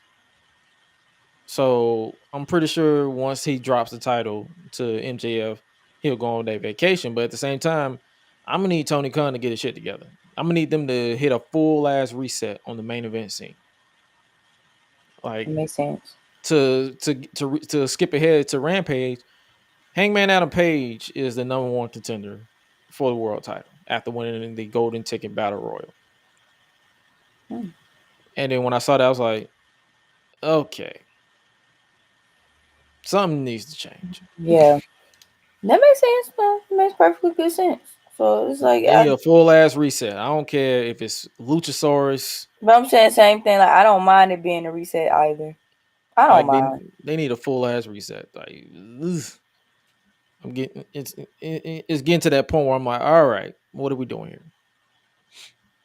But AEW Dynamite was it was solid for what it was. Like I wouldn't give it a full as grade. I'd be like it was solid for Yeah. That's what why I it was like, was. I'm okay. It's okay. And I'm guessing we could talk a little bit about SmackDown because since that's the recent show we talked about, and apparently the Bloodline finally got new shirts. Mm-hmm. We the ones. We the ones. We the ones. We the ones. And but they weren't the only ones that got a new shirt because I bid on this. I really did. I thought they was about to turn on I Sami thought they was gonna Zayn. beat him up. They had him rip off the old shirt. Jay was chopping at the bit to rip that shirt Oh off. yeah. He was like, yeah, yeah, Take yeah. it off. Take Take it it off. off. I said, Take it whoa. off. I mean, I know what you're going through, but I But that was know obviously what a you're going coup. through, bro. That was obviously a coup with Roman Reigns because he was like, I don't never want to see you in that shirt again because I got you your own shirt. And they was looking like he was like, He's huh? the honorary Uso, and Jay was not. He was not having it. And he got the SZ on it. The SZ honorary Uso. Like, and Jay was still upset. I was He was. like, yo, He was like, man. I can't take this. But you And I need like. somebody like that, though. You still need somebody like that because some of the people that Roman has trusted has turned on him. So you still gotta have that one. You know, you gotta have that one family member that still like, you know, you can like who you like, but I still don't trust him. So you can do that, but I'm gonna do my part. Right. Because And when they mess up, I'm gonna be right here. but you know that shit, you know it's gonna go to his head though because Mm-hmm. now now that Solo got his back because Solo is now officially the enforcer of the bloodline. So to whenever some and I like the way that they explained it in with the promo because let's be real, Paul Heyman continues to be one of the best, or if not the best, promos in the game. Okay. But they basically said that Solo was sent by the elders of the family to, I guess, relieve the stress of the Usos. And Roman said, "Well, you no longer answer to the elders; you answer to me. Acknowledge me." And he obviously was acknowledged. I So wouldn't be surprised if Solo Sikoa ended up trying to challenge Roman, how Jay did him. I won't be shocked. Especially like when they hugged, I was like, okay, like, is he gonna hug him or he gonna flip too? Like it's just I that's just the had it right in the back of my head. I was like, that's the beauty behind this story with the bloodlines because you never know. I said, they gonna fight too? You never know. And obviously, we had another encounter between Drew and Karrion Cross. They're setting it up as a strap match. It'll be a strap match at Extreme Rules between the two. Mm-hmm. What has been your thought and your opinion on this feud I actually with kind of like it. with Drew and Karrion? Like, I do. I actually are you a kind of fan like of it. this remake? Because it's pretty much a remake or a redo of Vince McMahon doing his thing with his original booking of Karrion Cross. I mean, I'm not gonna. I won't say I won't not. Sorry, I will not say I'm not interested into it. I do want to see how far it goes. So I do like I do I want to see it. Yeah, yeah. I actually kind of like this a little bit. I know Scarlett gonna probably do something anyway, but you know, at the end of the day, like you know, I guess they've been wanting to fight anyway since he showed up. What was that, Clash of the Castles? Like Karrion Cross showed up in that, just watching, and I'm just like, yeah, come on, let them fight. Karrion Cross don't look like an angry car salesman to you. Yeah. I don't know why. It could be just the hair. Yeah, it It, is. It I'm like, gotta bro, be. you It look gotta like be. I'm like, bro, you look like a car salesman that's just pissed Like, off that. yeah, either that or insurance man that's just upset. He's like, "Oh, so you're not gonna switch to Geico? Go to sleep. Okay. I'm gonna choke you out." And the way this man was choking Drew out, he was like, "Let it go, let it go." I'm like, "Bro, why does it sound like you trying to sing Frozen?" Like, just go ahead. Let it I'm so go. I just started humming when he kept saying sleep, because sleep. he kept saying it repeat. Like, go back and It's watch him like, man, saying "Let it go." Go back and watch him say "Let it go" like a million times. I'm like, bro, I started harmonizing "Let it go" from the Frozen because I'm like, bro, you doing the most. mm-hmm. But then Yeah, I said it's the second time he done put you to sleep. hey, so I guess that'll make it even more better. And then next up we had the SmackDown Women's Champion Liv Morgan defeat Lacey Evans, who's just there at this point. Yeah, Uh, I knew that was gonna happen, so I kind of skimmed through. yeah, it was. I give them this. They made Liv look dominant for the first Mm-hmm. time since she won the title ever. Yeah, they did. So there's that. And I was like, I know who's gonna win. I knew. And then I'm skimming through a lot of stuff, but then we had the main event for the Undisputed Tag Team Championships. What you think about this match? Before you do that, before you say that, did you see that tweet I sent you Which with one? Ricochet? Oh, Ricochet slamming getting attacked. Man, I was like, you ain't slick, bruh. Like, Little Jimmy, that was little Jimmy. Little Jimmy got him some. Our true somewhere proud. Little Jimmy attacked Ricochet with that little extra bump. That man threw his I whole was body. like, you Like, throw bro, your whole you, you know, he throw you, then you throw yourself. Okay, I saw that. unless it was supposed to be an extra throw, but Solo forgot. So he just said fuck it and just threw himself anyway. Oh So man, I that just was the power. laughed. That was Yokozuna and Umaga tossing Yeah, Solo. That was the like, spirit. That was the spirit of the fallen Oos. mm-hmm. That was that was I was that like, was I saw Umaga. that. I was like, okay. That was Umaga, Rosie, You over there and channeling your inner Umaga over there. no, that was their spirits. Well, yeah, I take that With back. that final shot, Oh yes, yes. that was their spirits. The spirit of Umaga and Rosie Some and ancestors. Yokozuna took out Yeah. took out Ricochet for it. They said, yeah, that one's for me. I was like, man. I was like, all right But now.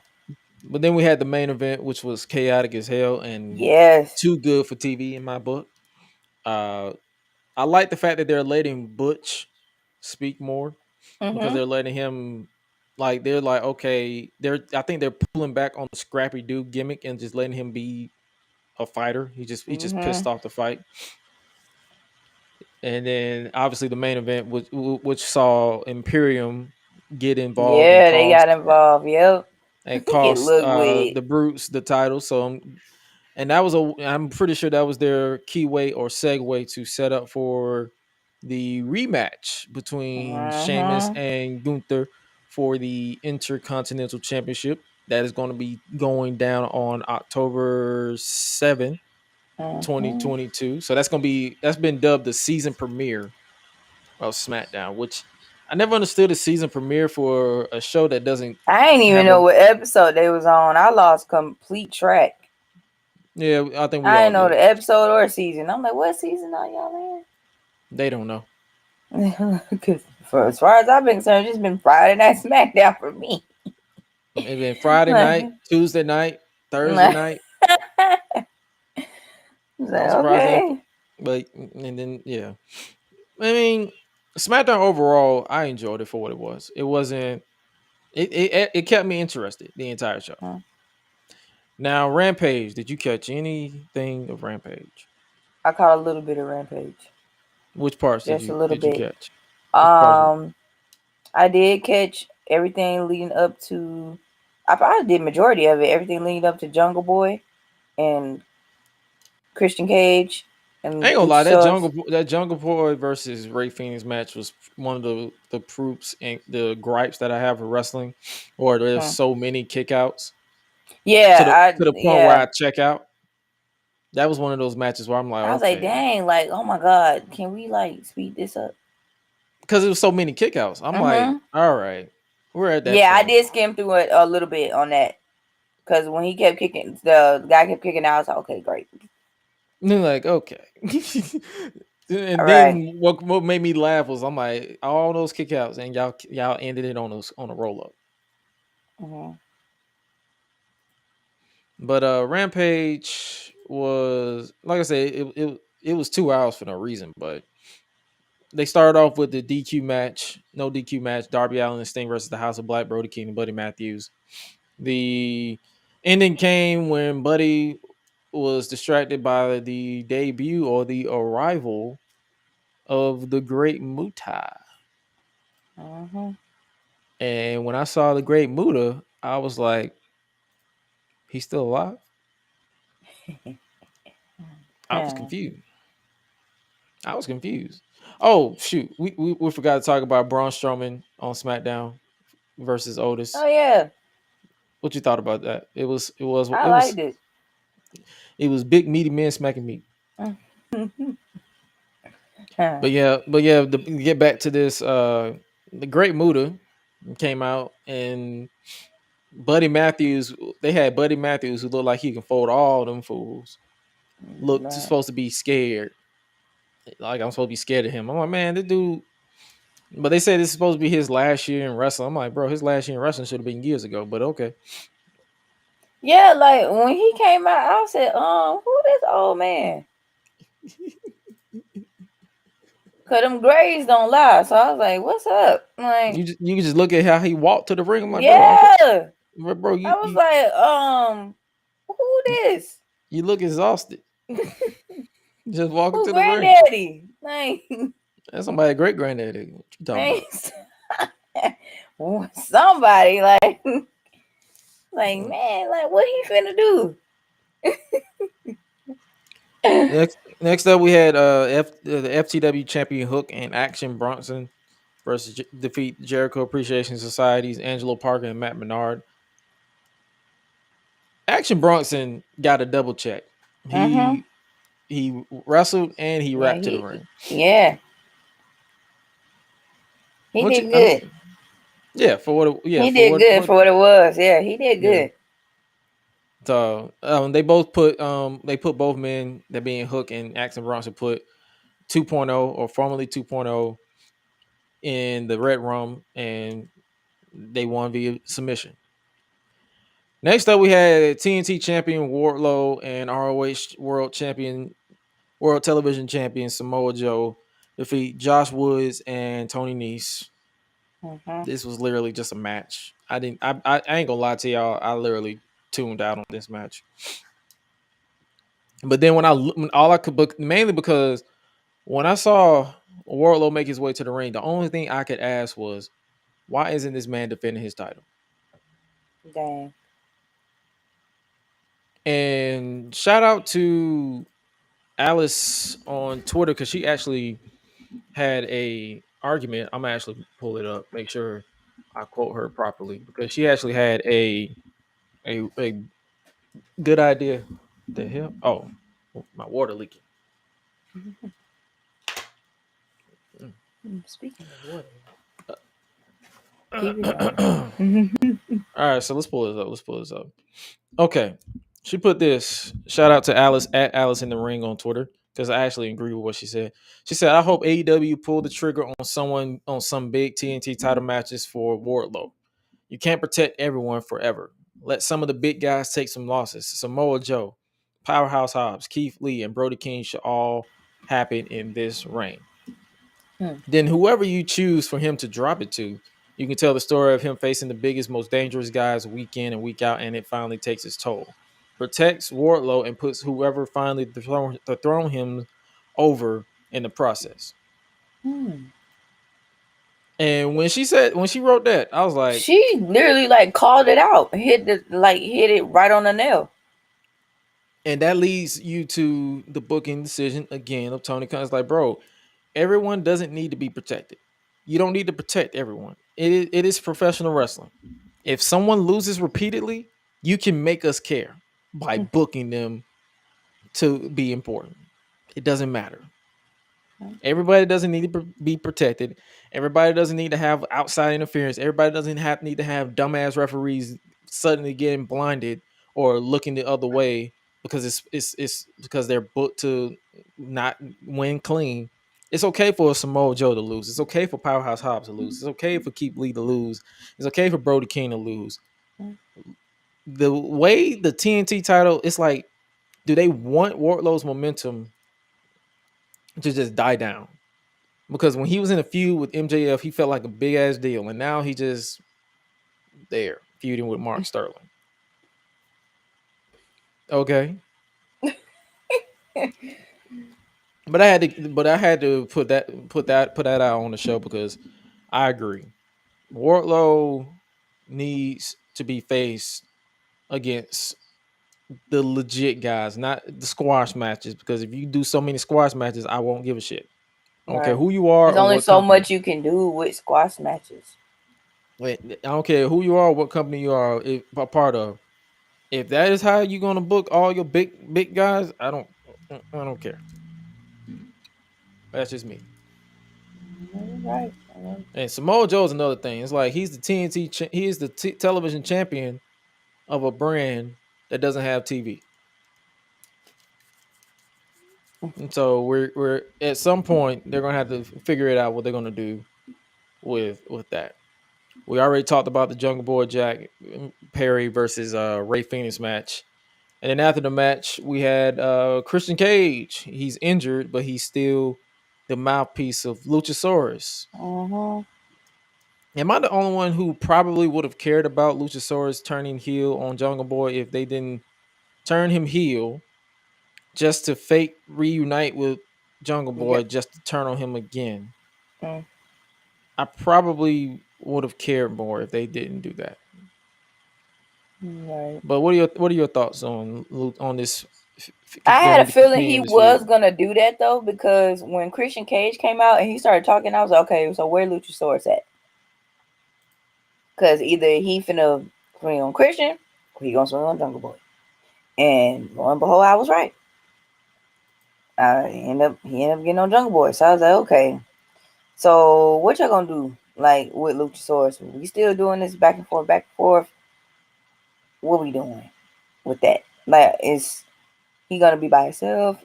And at some given point, are you gonna let Luchasaurus just be solo and let him go out on his own, or we still gonna keep this gimmick up?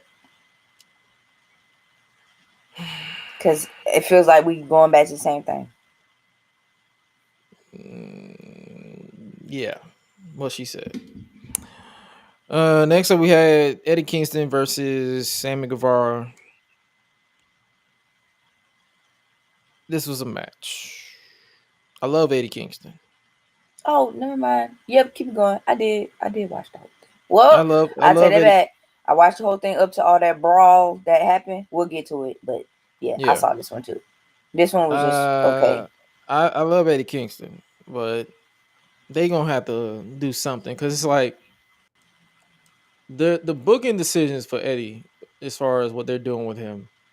I will always have love for Eddie Kingston, but they're really trying their hard for me to not care when he's in that ring, because they don't let him win the big moment matches. There's always some shenanigans. Just because he didn't stop the hold after the match. He won the match, but then they reversed the decision. I'm like, oh my God. So for what? How if y'all gonna keep doing this, I ain't finna keep watching this. Like, I'm finna quit. I'm finna quit. I'm already halfway there. I ain't gonna lie to you. I'm about to halfway out. I'm halfway there with you. I ain't gonna lie to you. Then we had I was like, oh my God, what? Like, what are you doing? all I could do was just look. I was just like, what are you doing? All I could do was look. I was just so confused. I was so annoyed at the same time, but I just said, fuck all I said, so when is this over? I don't know, man. 2 hours of this shit. 2 hours. Then we had the TBS Championship. Jade Cargill with the baddies versus Diamante with Trina. Trina. Speaking of Trina, you know, a lot of people was like, "Who is Trina?"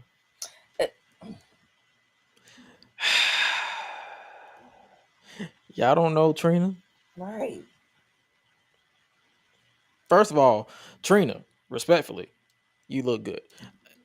Second of all, Trina is to be honest with you, growing up, I personally didn't listen to Trina like that. Mainly because of who the household can listen to a lot of music. I did. Like I didn't start really listening to music. I didn't really start I listening did. to. Of course you did because you were you. But at around the time she was, I think she was popping what 2000, 2001, 2002. Like she was popping. Obviously she's popping now still, but she was like up there. It's like she was featured on everybody's shit in like 2000, 2001, 2002, 2003, 4, like around that time. And the only people I gave excuses to for not knowing who Trina was people from the UK because they don't listen to a lot of American music. But for people who was supposed to be around my age, our age range, 98. 98 all the way up. 98 to the present. Yep. Yeah, come on, dog.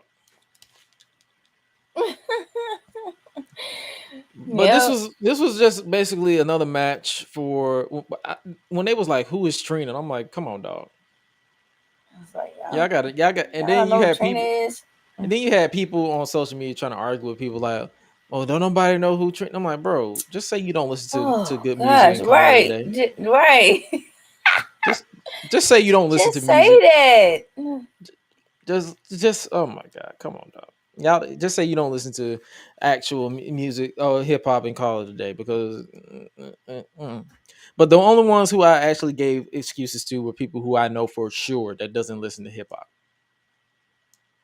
But anybody other than that, and it's like people acting like Google don't work. Right. Who's Trina? Hey Google. Hey Alexa. Who is Trina? It's literally that simple. people. But oh yeah, obviously Jay won and Trina turned on Diamante to side with the OG baddies, sided with the new baddies. What you think about this match? I blacked out a little bit. The match, it wasn't that bad. It was all right for real. Honestly, it was okay. But what got me was when the girl like really thought like, you know, Trina was gonna be on her side or whatever the case may be, and I was like, did you see that slap? It's Trina, yeah, like. No, did you see that slap though? For real, did you see? Oh yes, I did. That weak ass slap. What was that? What was that? Man, what was that slap? Come on, I don't even know. I'm like now Trina. Like, come on now. Like, come on. She know how to take a real punch. You can slap her for real. You can slap her. When she did that slap, I bust out laughing. I'm like, come on now. Come on. Girl. Come on, queen. Come on. What you doing? Then we had the Battle Royal for the number one contendership, which Hangman Adam Page won. This was that brawl you was talking about. Yeah, I ain't gonna lie, I skimmed through the Battle Royal. I ain't gonna lie, they skimmed through it too because nobody felt important. There's too much going on. I see a whole bunch of just people flying all over the place right now. Yeah, I'm finna fast forward. My brain can't take it right now. I've been dealing with enough bright lights in the stage for a couple of days. Just skim on through. Too many people scrambling around. Skim on through. Like, all right.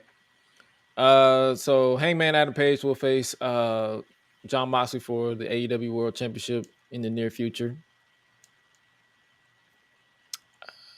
Okay. And then we had the main event. It was a lights out match between Powerhouse Hobbs versus Absolute Ricky Starks.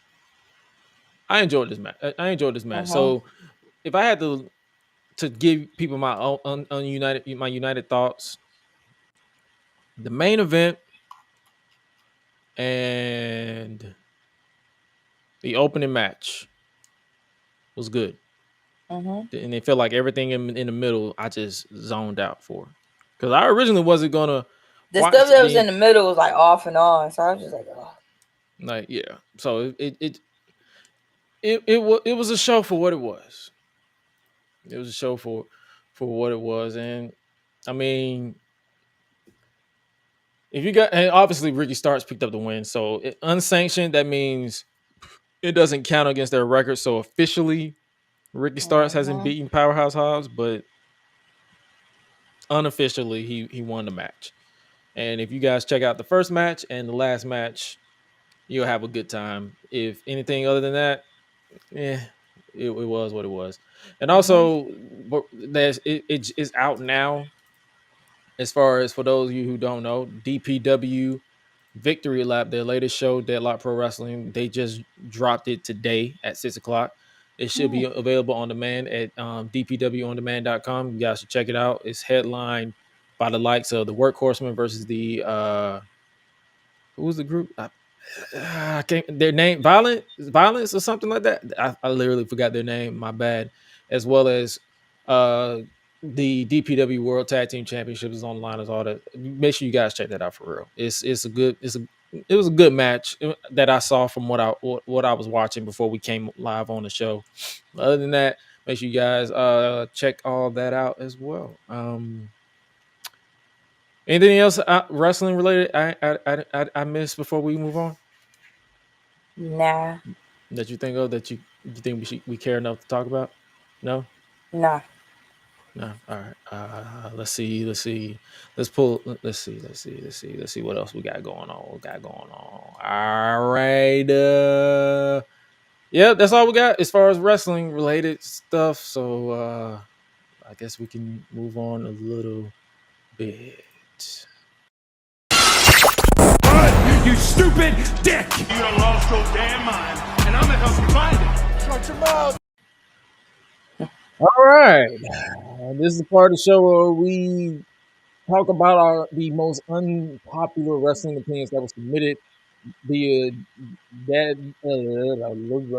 our Discord. Yeah, I forgot what I was saying. So if you haven't already joined the Discord, make sure you join us, the Gresh Digital Discord. But we have 3 submissions this week, and it should be a short one. This one says, for some reason, Olivia Rodrigo is overrated. Who is that? Yeah, that's what I was gonna say. Who is that? That literally threw me off.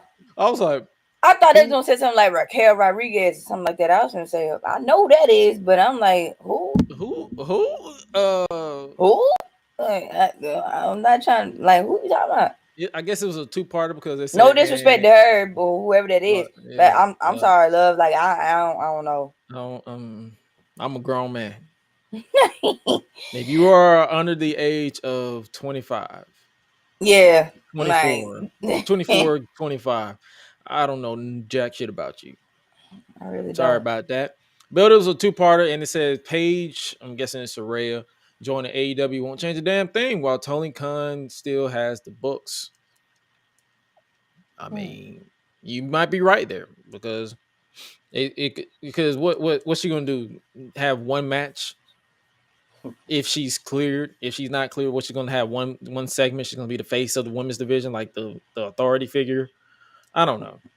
And it said next up we'll submit it. CM Punk should not wrestle for AEW again. He's a problem child and will only cause more issues if he comes back.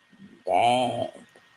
I mean, if you look at the online reception, I'm pretty sure it's not that unpopular. But if he doesn't come back, he only brought that on himself. He's a grown ass man who had a little hissy fit at a medium scrum, a national press conference that was literally live in front of everybody. So of course that was going to happen. And then it says Pretty Deadly is the most unique tag team I could think of in wrestling right now. They are the current NXT Tag Team Champions. They won the unification match between the NXT UK Tag Team Champions and the NXT Tag Team Champions and they are also aligned with Lash Legend. So, I mean, they are pretty unique as far as appearance wise, but hopefully we see more from them as far as NXT wise or NXT goes, and then Go from that's there. all we go from there. But I think that's all we have as far as submissions for unpopular wrestling opinions.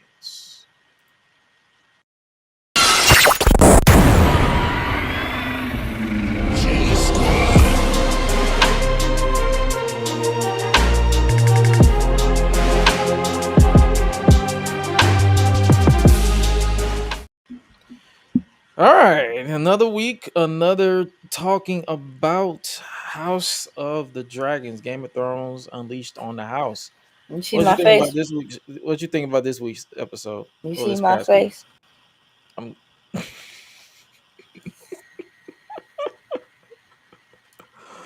yeah. Everybody just getting out of hand right now. Dude killing people. The side dick killed the other side dick. And now all right. And now they married. Now they married. So let me, and then if you look at the if you look at the Somebody. the trying to break down this entire show to the virgin eye, to nobody who's never seen Game of Thrones, has to be the most headache inducing conversation. It's like how do you explain the princess who's the heir of the throne is in love with her uncle, but married her cousin just so her daddy can still be cool with his other cousin, the mother, and the cousin just so happens to be gay. But at that time, I'm guessing homosexuality wasn't accepted.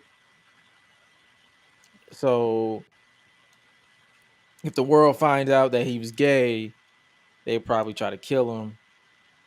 But instead, the side piece, because they was going to have a whole arrangement where even though they're married, they can still Do have they sex. want to do? They can still do Who what they want to want? They still can be whoever they But want to be with. But Sir Christian, I guess she put the poon on him, the poontang pie on him, And he and was just like, yo, like, he fell in love with her after one night, and he snitched to the queen, and now next episode is gonna be a 10-year time jump, and somehow the king is still alive for some reason. He's going through it, but he's still alive. So it lets me know, And like, then obviously what this we gonna do? episode 5 was the last DLC of the young version of Princess Rhaenyra and Queen Alicent, because now they have the other actors. And they talking about some, do you take such and such? And I'm like, did y'all not see all this chaos that done happened? It's food all on the ground. Somebody dead. It's blood on the floor. And we a got rat eating the rats blood. messing with licking the blood. Like, what are you talking about? Do you take such and such? It's a ceremony right now. Yeah. Somebody said, somebody was mentioning, oh my God, this is giving me red wedding vibes. How it was in Game of Thrones all over again. And I was like, man, like, this ain't even Red Wedding. This ain't even Red Wedding. Exactly. I say, see, Red Wedding had the death of 4 main characters, or 3 main characters. This death was a side piece that was introduced literally this episode. So the emotion, and he did, and he didn't even last long. He only lasted like 10 minutes. Right. Just like Damon's wife lasted 5 minutes of the show because she was killed in the beginning. So I'm like, broken arm and everything. Like, damn, y'all just killing everybody. And then her cousin was there at the wedding because he had a problem with Damien. He was like, "Oh, like was it? That was an accident. I ain't say it was an accident. I'm proposing it's an accusation." Like I was like, man. He's like, okay, cool, but I'm going to get my inheritance now because we didn't we didn't bear any kids. Right. So I got the throne. I don't care. Like because like when we first approached him, like he was just like, oh, he's like, Damon, I'm such as he was like, who are you?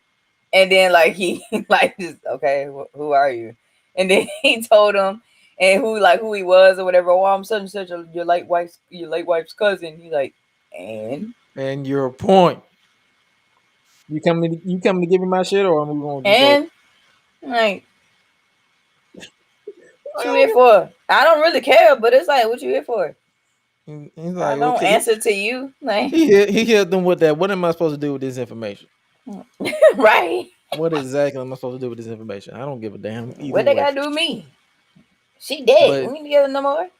But next episode is basically going to kick off the Civil War because it's going to be a battle for the throne. You're going to have Rhaenyra's half brother, who's the male of the family, even though she's the heir. The people only wants a king. They don't want a queen. They want a male heir, ladies and gentlemen. They don't want no woman sitting on that seat. Basically. But she, so it's going to cause a whole little civil war between that kid, Rhaenyra's kid, and I'm guessing Damon had. So here's where the family tree continues to get fucked up. Rhaenyra is married to Lenore, who's her cousin. Damon impregnated and possibly married Lenore's sister. You know the little 12-year-old who was supposed to marry Viserys in the first episode, but he passed over the 12-year-old for the 14-year-old. So like that made a goddamn difference. Right. So Damon has a baby by the cousin. So the cousin had a baby by the cousin, who's the sister of the cousin, who's married to the cousin, who's in love with the uncle. You see where we're going with this? Is a lot of questions going on. Y'all see what this is a whole whirlwind. And speaking of whirlwind, there is this picture that I saw on Facebook today, and it was talking. It's like a meme, pretty much, and it was something about like King Viserys for the past like few episodes, and it shows like a guy that like dresses in like the costume with the crown on his head, and he got a cigarette in his hand, and he's just like he's frustrated, stressed. Like I mean, stressed. You had Rhaenyra telling Damon to fight through the entire King's Guard and take her to Dragonstone to marry her. So I'm like, hey, if you want me, come on. I'm like, what you waiting on? And then I'm just sitting there like, what is this show? Why did I get sucked back into this universe? I already escaped in 2018, 2019. And I'm right back in it again.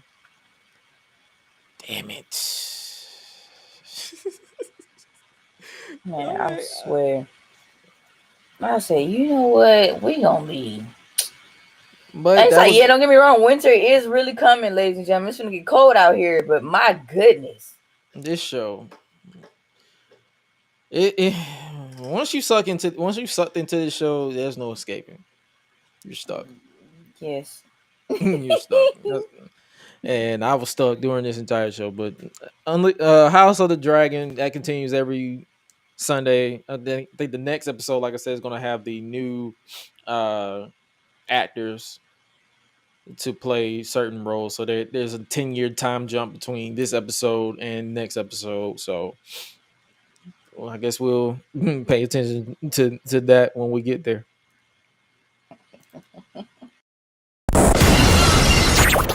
Acknowledge me. All right, before we wrap up today's episode, as always, we're going to be chopping it up with the Bandit because Swallow the Bandit has a lot to say. Take it away. I got a few things to say, not a whole lot.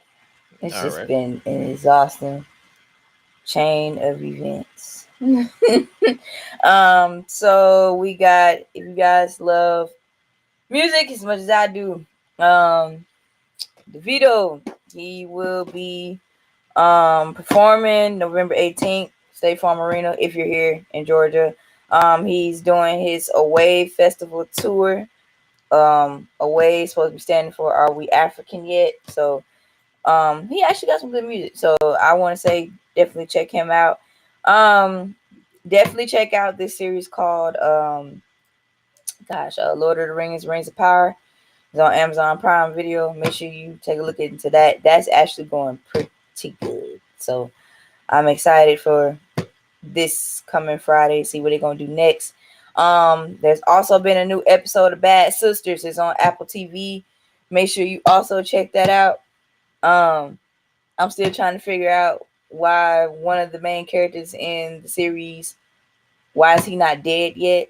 I know they're gonna go back to like how did he die, but I'm just like, okay, like how did y'all like take him out of here? Because I'm still tired of him, and I'm only 7 episodes in, and I'm still trying to figure out, okay, how did y'all get him? Because right now, y'all are doing a poor job at trying to murder this man. Like y'all about to drive y'all own self crazy trying to murder this man. So other than that, that's gonna be great. I want to say, please, whatever you do, please remain safe out here. If you are traveling anywhere at night, make sure your car is filled up with gas before you try to go stop somewhere in the middle of the night. It's too much craziness out here going on. Ladies, make sure you protect yourself at all costs. That means, if you gotta have license to carry, do so. There's nothing wrong, with carrying a nice little knife on you or pepper spray, and it's okay. It's needed. Also, as I mentioned before earlier in the podcast, Disney on Ice, I believe, is still happening. So, you got children, they love Disney, they want to go see some ice skating. Take them kids to go see that. Give them a nice little childhood experience for once. So, like that's all right. Also, Disney is supposed to put out, I guess, like some new movies in the coming, like I want to say in the coming years, like maybe like a year from now or 2 years from now. So I think it's Peter Pan and Wendy. I think that comes out 2024. I did mention they're supposed to do another Lion King, but that's supposed to be Mufasa. That's supposed to come out 2024. Of course, we got the Little Mermaid. That's next year. I still love the trailer. I don't care what y'all say. Ain't nobody paying attention to them. Anybody who got a problem with I a don't fictional care. character being black, we don't give a I don't shit. care. Like it is As long what as it the little is. kids are happy, Deal with I it. don't care what Exactly. y'all opinions. Thank you. Like I could care less. Also, I heard the movie The Invitation is pretty good. Hopefully I will go check it out. Ain't that with Natalie? I Natalie, think the woman from Game of Thrones and the Fast and the Furious series I think so. with the poofy hair, light skin, British. I think so. I want to say Anything with her is a win. That's Oh well, yeah, but it's that is a like gorgeous woman. I don't give a damn. Natalie. Natalie Emmanuel. Mm-hmm. Yep, Yeah. that's a gorgeous woman. I don't give a damn what anybody. Yes, The movie can she suck. is. The She movie is. can suck. I don't give a shit. She gets it. Like, I will watch amazing. every movie with her in it. I don't care. Yeah, she's from the UK. She's supposed to be in the upcoming movie called Fast X. So they supposed to put that out too. Supposed to make Fast 10. Fast and the Furious. That's the.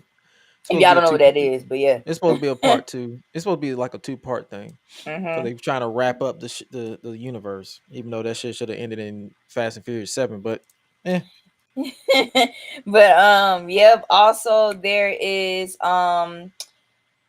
I already talked about the Invitation. There is another TV series supposed to come out this year. Oh, Wednesday. Premieres November 23rd on ain't Netflix. That with the young girl from Disney that's no longer in Disney because she's been doing a lot more other movies. I forgot her name. The star of it. She was on Stuck in the Middle, and then I believe she was on Jenny Ortega. Ortega. Jenna Ortega, if I said that right. Jenna Ortega.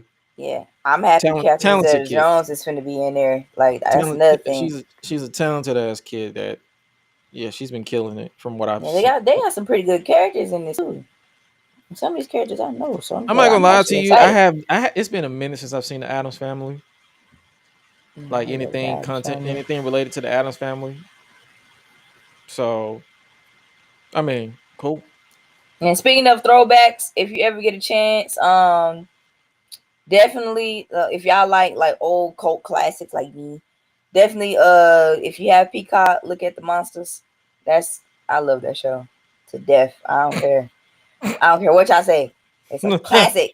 Watch it. I don't care how many times you watch it. Watch it. It's on Peacock for free. Go watch it. That's just like fools out here trying to praise Hocus Pocus. That shit is garbage. Hey, don't do that. Hocus I won't say Pocus I'm garbage. praising it, but I still like them. I don't give a damn. Because it's a classic for me. Like, and I still haven't seen it. That's supposed to come out September 30th on Disney Plus. Hocus Pocus is classic. Hocus Pocus is classic garbage. You guys, no matter what, garbage. you guys, whatever you do, like, I don't care how much merch y'all send me or send us, like, don't give Gresh any Hocus Pocus stuff. Don't do that. Keep If you do, yourself. He'll give it to me. But don't send him. If I don't burn it. That's what I'm saying. Give it to me. Give it to me. I like it, and so does one of my cousins. So, like, I will take it happily. Like y'all love mid. That's what I'm saying. Then they I still like it because Sarah Jessica Parker, so that's why I still like it so much. They was dumb enough to make a second one. Hey. Hocus Pocus is straight up garbage. Oh my gosh. Oh, that does not. On you. Oh, speaking not only of just classics, but rumor has it they supposed to make another Never Ending Story. I don't know if any of y'all have seen that or not. But if y'all have not seen Never Ending Story, I'm gonna need y'all to watch that. Don't get me wrong, I will warn y'all. It's so many. It's like, for me, like, I love the first one. But it's like I did end up watching the rest of it. It's like probably like 6 of these things, but it's a trip. But anyway, I love the first one. The first one always top everything else for me, in my opinion. But they supposed to make a remake. They supposed to make a remake. I think it's supposed to come out in 2024. I don't know, but I'm like, if y'all gonna do that to the new generation, please let them watch the actual first one. All of it is trash. All of it is trash. Hocus Pocus is trash. Never Ending is trash. All that shit is trash. Y'all just gonna y'all love encouraging mid. Hey. It's giving mid. Hey. Mid. And if y'all ever want to see a good reality series where, like, people, they be working on, yachts for a living, they trying to figure out their life and all that stuff, I recommend you watch Below Deck. It's pretty great. Watch all of them. I don't care. Anyway. But yeah, definitely drink your water. Clean your body. Take a bath. Take a shower. Ain't nothing wrong with that. Don't work too hard out here. Stay safe out here. If you starting to work out, don't overwork yourself to the point where you in somebody's, hospital or injuring yourself or other people. If you dealing with your emotions, you got anger issues, it's okay to talk to somebody, but make sure you de-stress first. Come to a halt, calm down, breathe, and talk about it. It's fine. It's okay. We human. Ain't nobody. You're not Superman. You're not Superwoman. We not really made of steel. As much as we like to pretend we are, we not. We all hurt. We got feelings, and it's okay. But you are loved. You are appreciated. You are special. You are needed. You have a purpose here. I don't know what that purpose is, but you got a purpose here, and it's okay. So, but yes, definitely, and be grateful, because it's a lot of people out here that's in a way worse situations or conditions that you are in.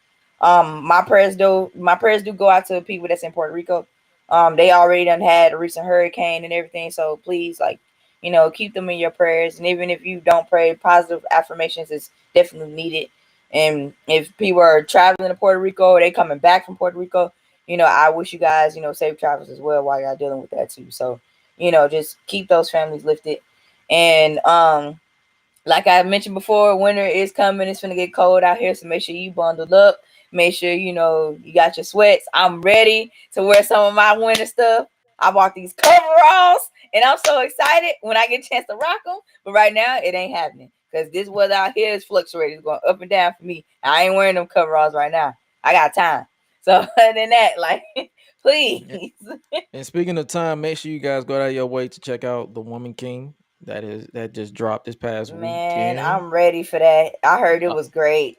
I saw it. Yes, what's today? Saturday. I saw it yesterday with the family, and I must say I enjoyed it.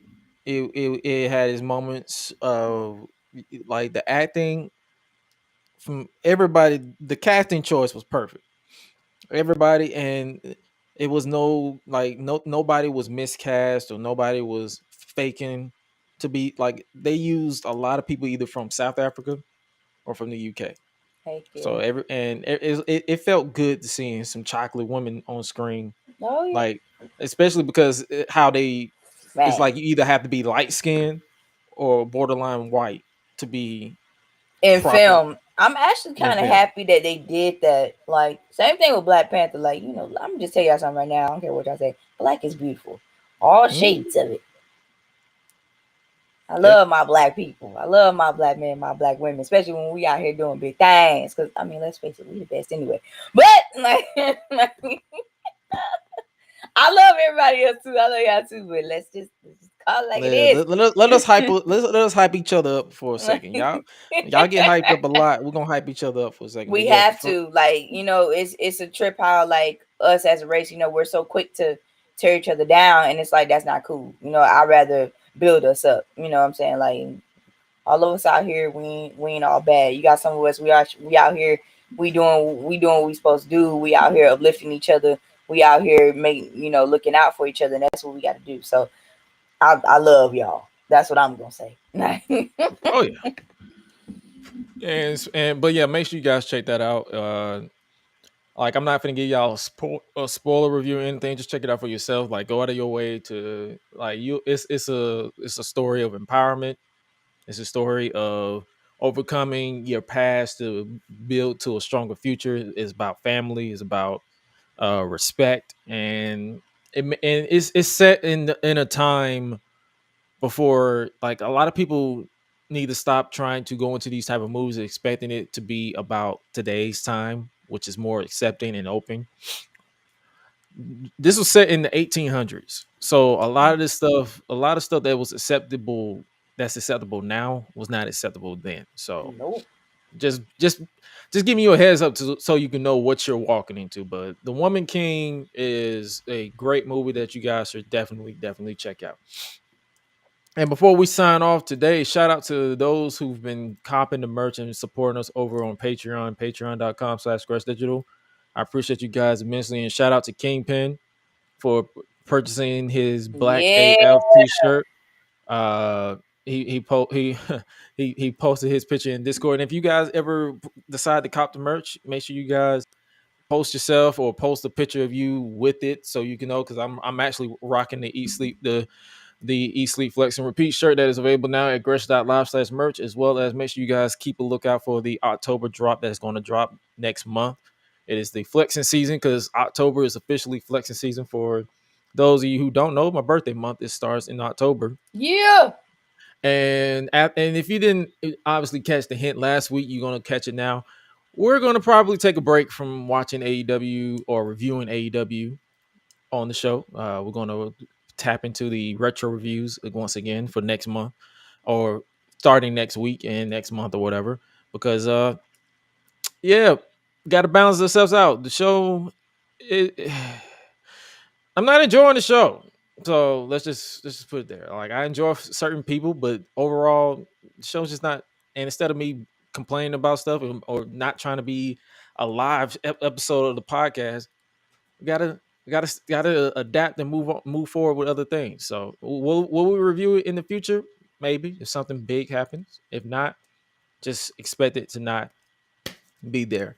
But if Swell ain't got nothing else to add or nothing else going on with the Chop It Up with the Bandit, make sure you guys stay safe out here for real. Like what she said, it is Suicide Prevention Month. So if you need help, make sure you are not alone. You are not a burden. You are not a nuisance to anyone, especially to me or her. If you feel like you just want to let out a scream, do that. Don't. It is okay, people. It's okay to grab a pillow and scream into it. No, I do it all the time. Hello. It's okay. It's okay, and it's okay to be great. And it's okay to be. It's okay to be. It's okay to be yourself. And if nobody won't accept you for who you are, then that's their loss, not yours. Yep. But you are loved. You are appreciated. And you are highly appreciated for sticking it with us for 2 hours of this podcast, because this has been episode 20 of the Gresh Unleashed podcast. As well as always, I am your voice that does the most, Gresh, and that is the Queen of Rebel, Suela, the Bandit. And with that being said, you guys stay safe out here in these streets, and remember to always eat, sleep, flex, and repeat. We out. Be breezy. Bye, y'all.